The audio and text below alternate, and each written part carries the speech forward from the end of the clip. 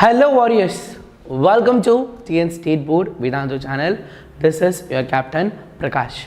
பசங்களா 12th standard chemistry titration ஒன்று இருக்குது சார். இது ஏதோ கலராக சொல்யூஷன்லாம் வர வைக்கணுமா, எந்த கலரில் வர வைக்கணும் சார், அந்த கலர் எப்படி அக்செப்ட் பண்ணிப்பாங்க, எக்ஸ்டர்னல் எப்படி இருப்பாங்க, எக்ஸ்டர்னல் வந்து நம்மளை ரொம்ப கொஷின் கேட்பாங்களா, டைட்ரேஷன் செய்கிறது கஷ்டமா, இது எல்லாத்தையும் கொஞ்சம் சொல்லுங்கள் சார் அப்படின்னு கேட்டேன்னா எஸ், இந்த வீடியோ கண்டிப்பாக உனக்கு யூஸ்ஃபுல்லாக இருக்க போது. இந்த வீடியோவில் கம்ப்ளீட்டாக டைட்ரேஷன் எப்படி செய்கிறது, கால்குலேஷன் எப்படி பண்ணணுங்கிறது மட்டும் தான் நான் சொல்லித்தர போகிறேன். இதை விட முக்கியமான ஒரு விஷயம், நீங்கள் எக்ஸாம் ஹால்குள்ளே நுழைஞ்சதுலேருந்து வெளியே வர வரைக்கும் கெமிஸ்ட்ரி ப்ராக்டிக்கல் என்ன நடக்கும், எந்த பேப்பரில் எந்த சைடில் எங்கே டைட்ரேஷன் எழுதணும், எங்கே சால்ட் எழுதணும், எங்கே ரிசல்ட் எழுதணும், எங்கே உங்கள் பேர் எழுதணும், எங்கே நீங்கள் எதை எழுதக்கூடாது அப்படிங்கிற மாதிரியான கம்ப்ளீட் டீட்டெயில் ஆல்ரெடி நான் ஒரு வீடியோ போட்டிருக்கேன். சார் அந்த வீடியோ மட்டும் கொஞ்சம் அனுப்புகிறீங்களா? நான் அனுப்பவே தேவையில்லை, உங்கள் கையில் ஏற்கனவே இருக்குது. நம்ம சேனலை ஓப்பன் பண்ணிக்கோங்க, ஓப்பன் பண்ணிவிட்டு அதில் லைவில் போங்க. லைவில் போனீங்க அப்படின்னா இந்த வீடியோ நோட் பண்ணிக்கோங்க. ரைட்டா, chemistry practical A to Z அப்படின்னு போட்டது. ஸோ இந்த வீடியோவை நோட் பண்ணி வச்சுக்கோ, இது மொதல் வீடியோ. அதுக்கப்புறம் சால்ட்டை பார்த்த உடனே உனக்கு அது என்ன சால்ட்டுன்றதை கண்டுபிடிக்கணும்னு நீங்கள் நினச்சிங்கன்னா ஸோ வீடியோஸ்குள்ளே போங்க. வீடியோஸ்குள்ளே போயிட்டு பார்த்தீங்க அப்படின்னா இதில் chemistry practical 1 line trick salt அல்லது ஆர்கானிக் காம்பவுண்ட்ஸ்னு போட்டிருப்பேன். ஸோ அதை கிளிக் பண்ணி பாருங்கள், உடனே உங்களுக்கு என்ன பண்ணும், சூப்பராக அதுக்குரிய ஆன்சரும் கிடச்சிடும். So that is also very very important. So அப்போ இது ரெண்டையும் வச்சுக்கலாம். ஸோ அதில் தான் என்ன அப்படின்னா நான் உங்களுக்கு சூப்பராக ஷார்ட் ப்ரொசீஜருக்குரிய PDF இது எல்லாத்தையுமே அதில் கொடுத்துருக்கேன், ஈஸியாக நீங்கள் பண்ணிடலாம். சரியா, இப்போது இந்த வீடியோவில் நம்ம மெயினாக பார்க்க போகிறது என்ன அப்படின்னா டைட்ரேஷன் எப்படி செய்கிறது அப்படிங்கிறத நம்ம முக்கியமாக பார்க்க போகிறோம். ஸோ டைட்ரேஷன் எப்படி செய்யலாம், டைட்ரேஷனுக்கு மிக முக்கியமான 3 ஆட்கள் இவங்க தான்.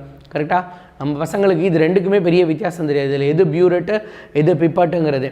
ஸோ இதுதான் பியூரெட், கீழே வந்து ஸ்டாப் கிளாக் அல்லது ஓப்பன் வால்வ் நாப் இருக்கும். ஸோ அந்த மாதிரி இருக்கிறது என்னது பியூரெட்டு. ஸோ இந்த மாதிரி லீனாக இருக்குது பிப்பட்டு, அதுக்கப்புறம் கோனிக்கல் ஃப்ளாஸ்க். இந்த 3 பேர் தான் ரொம்ப முக்கியமானவங்க. சரியா, ஸோ எக்ஸாம் ஹால்குள்ளே போன உடனே நீங்கள் ஃபஸ்ட்டு எழுதுறது தான் உங்களோட மெயின் வேலை. நீங்கள் டைட்ரேஷன் 1, 2 அதோட கேல்குலேஷன் போட்டு, அதாவது பிளாங்காக போட்டு கட்டங்கட்டி எல்லாத்தையும் எழுதி வச்சுட்டு கால்குலேஷனுக்கு வேல்யூ மட்டும் போடுறதுக்கு ஏற்ற மாதிரி ரெடியாக வச்சுருக்கணும். ரிசல்ட் வரைக்கும் எல்லாத்தையும் எழுதி முடிச்சிடணும், ஆனால் வேல்யூஸ் மட்டும் போடாமல் எழுதி வச்சுருங்க. இதுக்கு எப்படியும் ஒரு 45 minutes to 1 hour ஆகும். அதை எழுதி முடிச்சிருங்க, கடன்னு அது எல்லாத்தையும் எழுதி முடிச்சுட்டு அதுக்கப்புறம் தான் நீங்கள் செய்யவே போகணும். ஸோ அப்போ அதுக்குள்ளேயே உங்கள் டீச்சர்ஸ் வந்து கரெக்ட் பண்ணி இதெல்லாம் ரைட்டு, இது தப்பு, இதை திருப்பி செய்ய அப்படின்றதான் சொல்லி கொடுத்துருவாங்க. ஸோ பிரச்சனை இல்லை. இப்போது நீங்கள் செய்ய ஆரம்பிக்கிறப்ப ஃபர்ஸ்ட் என்ன பண்ணணும் அப்படின்னா உங்களுக்கு 3 சொல்யூஷன் கொடுத்துருப்பாங்க. ஒன்று என்ன அப்படின்னா KMNO4. ஃபர்ஸ்ட் சொல்யூஷன் என்ன அப்படின்னா KMNO4 பிங்க் கலரில் இருக்கும். ரைட்டா, பிங்க் கலர். ரைட்டா, அதுக்கப்புறம் பார்த்திங்க அப்படின்னா FASன்னு போட்டிருப்பாங்க, அல்லது சொல்யூஷன் A சொல்யூஷன் B தான் கொடுத்துருப்பாங்க. ரைட்டா, ABன்னு தான் இருக்கும், அது பேர்லாம் இருக்காது. ஸோ ஏவை கண்டுபிடிக்கணுமா பிஏ கண்டுபிடிக்கணுமா அதை அவங்க டீச்சர் சொல்லிவிடுவாங்க. டைட்ரேஷன் 1க்கு எதை யூஸ் பண்ணணும், 2க்கு எதை யூஸ் பண்ணுங்கிறத சொல்லிவிடுவாங்க. So A and B. So அப்போ A அப்படின்னா ஃபஸ்ட்டு KMNO4. எப்போயுமே KMNO4 எங்கே தான் போகணும் அப்படின்னா பியூரெட்டுக்குள்ளே தான் போகணும். அதை எப்பயுமே வாய்க்குள்ளே வச்சு உறிஞ்சிடாது. சரியா, அடுத்து இந்த AB சொல்யூஷன் இருக்குல்ல, இந்த AB சொல்யூஷன் எப்பயுமே பிப்பட்டுக்குள்ளே உரிகிறது. இந்த மாதிரி எல்லாம் லேபில் கொடுமை பண்ணிகிட்டே இருப்பானுங்க. கேர்ள்ஸ் எல்லாம் அப்படி முழுங்கிட்டா என்ன பண்ணுவாங்க, அப்படி வாய்க்குள்ள போயிடுச்சுன்னா ஒன்று முழுங்கிடுவாங்க, இல்லை துப்பிட்டு பேசாமல் அமைதியாக இருப்பாங்க. ஆனால் இந்த பசங்க வருவான், நான்லாம் ப்ராக்டிக்கல் செய்கிறப்ப என்னோடய ஸ்கூல்லலாம் வருவான், சார் என்னை கூப்பிட்டு சொல்லுவேன், என்னடா முழுகுனா போய் துப்புடா, வாயை கூப்பிடா. அது ஒரு நாள் அல்லது 2 நாளைக்கு பல்லு வந்து ஒரு மாதிரி கூசிகிட்டே இருக்கும். இந்த FASும் FESO ஒரு 2 பல்லு கூசிகிட்டே இருக்கும். ஸோ மித்தபடி ஒன்றும் இல்லை, அது உள்ளே போனாலும் ஒன்றும் ஆக போகிறது. நீ குடிக்கிற அந்த ஒரு மடக்கில் ஒன்றும் பிரச்சனை ஆகாது. உடனே அதுக்கு பயப்படலாம் வேண்டாம், நீ பயப்பட மாட்டேன்னு தெரியும். ஆனால் அங்கே ஒரு சீன் க்ரியேட் பண்ண வேலை, எக்ஸ்டர்னலை டிஸ்டர்ப் பண்ணாமல் என்னனாலும் பண்ணுங்கள். So that is very very important. So இந்த மாதிரி இருக்கப்போ அது பிப்பட்டில் உரிய போகிறோம். பிப்பட்டில் இங்கே ஒரு மார்க் இருக்கும், அந்த மார்க் வரைக்கும் நீ என்ன பண்ணணும், உரியணும். அதுதான் ப்ராக்டிக்கல்லையே மிகவும் கடினமான ஒரு பார்ட். ரைட்டா, டீச்சர் பார்த்தீங்கன்னா 1 செகண்ட் வந்து உறிஞ்சு கொடுத்துட்டு போயிடுவாங்க. ஆனால் நம்ம அது அளவுக்கு உரிய இப்படி வச்சு இப்படி மூடுறதுக்குள்ளே கீழே போய்டும். So that is a very very toughest thing in the practical examination. So பிப்பட்டில் உரிகிறது மட்டும். ஸோ அதை உறிஞ்சு அதை கோனிக்கல் ஃப்ளாஸ்கில் ஊற்றிட்டு ஒரு டெஸ்ட் டியூப். ரைட்டா, டெஸ்ட் டியூப் ஒன்று இருக்கும், டெஸ்ட் டியூப்பை நான் மறந்துட்டேன் இதில் போடாமல். Test tube also very very important. Test tube வந்து ஒரு டெஸ்ட் டியூப். ரைட்டா, 1 டெஸ்ட் டியூப் ஆஃப் H2SO4 வச்சுருப்பாங்க. அதையும் என்ன பண்ணணும், இதில் ஊற்றிட்டு அதுக்கப்புறம் இதை எடுத்துகிட்டு போய் இந்த இடத்துல வச்சுட்டு எந்த கையில் பண்ணணும் அந்த நீங்கள் உங்கள் ஸ்கூலில் சொல்லி கொடுத்துருப்பாங்க. You can just check it. பேல் பிங்க் கலர் ரைட்டா, லைட் பிங்க் கலர் வந்தால் போதும். இவ்வளோ டார்க் பிங்க்கெல்லாம் வரக்கூடாது ரைட்டா. லைட்டாக பிங்க் கலர் வந்தாலே போதும். You can stop it out. So அதை மட்டும் போய் எக்ஸ்டர்னல் கிட்ட காமிச்சிட்டு என்ன ரீடிங் வந்திருக்கு, எங்கள் மேலேருந்து ரீடிங் இருக்கும், அந்த ரீடிங்கை உங்கள் மேம் கிட்ட கேட்டுட்டு எக்ஸ்டர்னல் கிட்டே போய் நீங்கள் சொல்லிட்டனாலும் சொன்னதுக்கப்புறம் நேராக போய் என்ன பண்ண போகிற, டைட்ரேஷன் 1 தானே. இதெல்லாம் நான் ஆல்ரெடி சொல்லியிருக்கேன்ப்பா, எந்த பேஜில் இது எழுதணும் எந்த பேஜில் இது எழுதணும் அப்படிங்கிறதுலாம். ஸோ நீங்கள் முதல்ல என்ன பண்ணிடலாம், யூ கேன் ரைட் திஸ். இதெல்லாம் நீ முன்னாடியே எழுதிடலாம். இப்போ ரீடிங் எழுதுறதுக்கு முன்னாடியே இதெல்லாம் எழுதிடணும். 1 2 3 போட்டு இது 20 ml தான் இருக்கும். ஸ்டாண்டர்ட் சொல்யூஷன் இது எல்லாமே 20 ml தான் நம்ம எடுக்க போகிறோம். Initial reading 0 0 0. இப்போ நான் எடுத்த ரீடிங்கில் 19.2 ml வந்துருக்குன்னா 3 தடவை 19.2 எழுதணும். நம்ம செய்ய போகிறது ஒரு தடவை தான், ஆனால் எழுதுறது மட்டும் 3 தடவை. இங்கே ஒரு தடவை எழுதினா போதும். That is very very important. இங்கே ஒரு தடவை தான் எழுதணும், இல்லைனா அதுக்கு அரை மார்க் குறைக்கணும். நீ எழுதுனா திரும்ப திரும்ப ஒன்று எழுதிட்டு வர சொல்லுவாங்க. அடுத்து இப்போ வால்யூம் ஆஃப் 𝐾𝑚nO4 சொல்யூஷன், இதுதான் நம்மளோட 𝐾𝑚nO4 சொல்யூஷன். அப்போ இங்கே ஃபஸ்ட் என்ன பண்ணணும், 19.2. நார்மாலிட்டி சொல்லிடுவாங்க. நார்மாலிட்டி தான் கண்டுபிடிக்க போகிறோம் நம்ம, இதோட நார்மாலிட்டி தான் கண்டுபிடிக்க போகிறோம். ஸோ அதுதான் எக்ஸ் ரைட்டாக, அதுதான் எக்ஸு. அதுக்கப்புறம் 20 ml FAS 20 ml ஆல்ரெடி நீனே எழுதியிருப்ப. இதெல்லாம் கிவன் டேட்டா மாதிரி முன்னாடியே இங்கே எழுதி வச்சிடணும். இந்த வேல்யூஸை இங்கே போடுங்க ரைட்டா. ஸோ ஃபார்முலா என்ன அப்படின்னா, V1 × N1 = V2 × N2. எனக்கு என்ன தேவை, N1 தான் தேவை. N1 தான் 𝐾𝑚nO4 இருக்கணும். இதை மாற்றி எழுதுனா ஆன்சர் தப்பாக வரும் சரியா. N1 V1 ஃபர்ஸ்ட் சொல்யூஷன் தான் 𝐾𝑚nO4. இங்கே செகண்ட் சொல்யூஷன் 𝐾𝑚nO4 ரைட்டா. டைட்ரேஷன் 1 மொதல் டைட்ரேஷனில் 𝐾𝑚nO4 மேலே இருக்கணும், ரெண்டாவது டைட்ரேஷனில் 𝐾𝑚nO4 கீழே இருக்கணும், ஞாபகம் வச்சுக்கோங்க.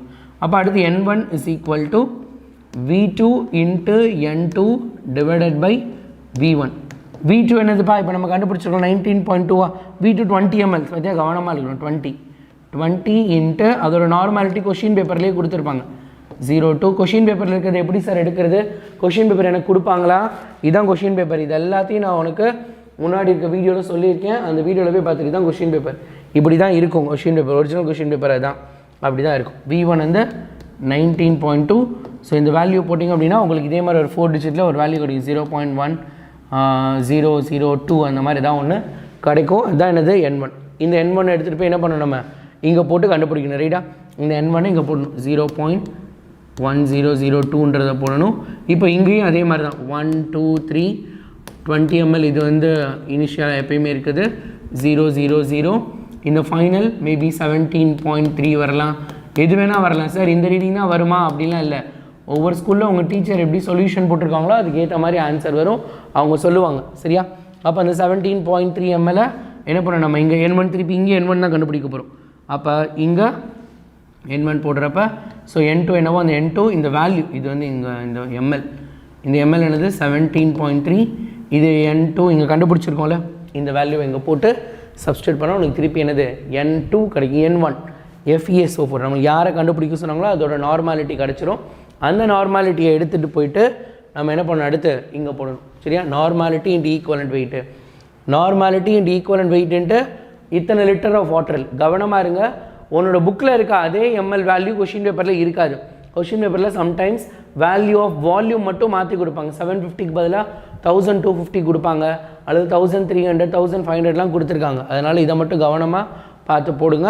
அதை போட்டுட்டு ஆன்சர் பண்ணிடலாம், அதுக்கப்புறம் ஈஸி. ஈக்குவலண்ட் வெயிட்டு ஷார்ட் ப்ரொசீஜரில் கீழே ஒரு பாயிண்ட் இருக்கும்ல, அந்த பாயிண்டில் இருக்கிறது அந்த ஈக்குவலண்ட் வெயிட். இந்த ஈக்குவலண்ட் வெயிட்டோட வேல்யூ எங்கே இருக்கும், உன்னோட ஷார்ட் ப்ரொசீஜரில் இங்கே கீழே இருக்கும். இதில் கிராம்னு போட்டுறாத ரைட்டா. 278 கிராமு வெயிட்டுங்கிற வார்த்தையை பார்த்தோன்னா நம்ம மைண்டில் கிராம் போட சொல்லும், கிராமை போட்டுறாது சரியா. கிராம் போடாமல் எழுதுனா ஆன்சர் கரெக்டாக உனக்கு வந்துடும். ஸோ ஷார்ட் ப்ரொசீஜர் இது எல்லாத்தையுமே ஒரு பேப்பர் அனாலிசிஸ் மாதிரி கொடுத்துருக்கேன். ஒரு பேப்பர் எக்ஸாம் பேப்பரில் எந்த பேப்பரில் என்ன எழுதணும், ஃபஸ்ட் பேப்பரில் என்ன எழுதணும், எல்லாத்தையும் உனக்கு அப்படியே ஒரு எக்ஸாம் ஹாலையே அப்படியே உள்ளே ஃபுல்லாக உனக்கு கொண்டுட்டு அந்த ஒரு ஃபீல் கொடுத்துருக்கேன் அந்த வீடியோவில். அதை பார்த்துருங்க, சால்ட் அனாலிசிஸ்க்கு என்ன எழுதணும் அப்படின்னு.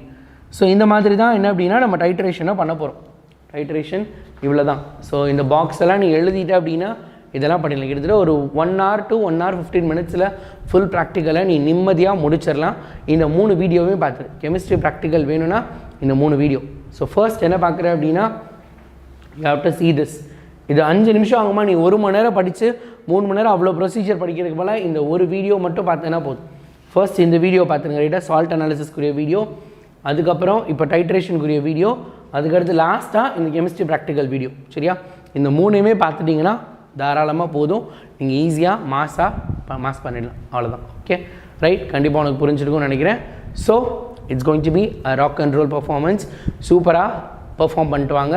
கண்டிப்பாக உனக்கு ரொம்ப ரொம்ப என்ன பண்ண போகுது, யூஸ்ஃபுல்லாக இருக்க போகுது. வேறு ஏதாவது உனக்கு ப்ராக்டிகல்ஸ்க்கு தேவைப்பட்டால் டூ கமெண்ட், கீழே கமெண்ட் பாக்ஸில் கமெண்ட் பண்ணுங்கள். சூப்பராக உனக்கு எல்லாத்தையும் சொல்லிக் கொடுத்துருந்தேன். ஃபிசிக்ஸும் அப்கமிங்கில் ஆன் த வேல இருக்குது. You will get physics practical detail also. Okay, Tata, bye bye.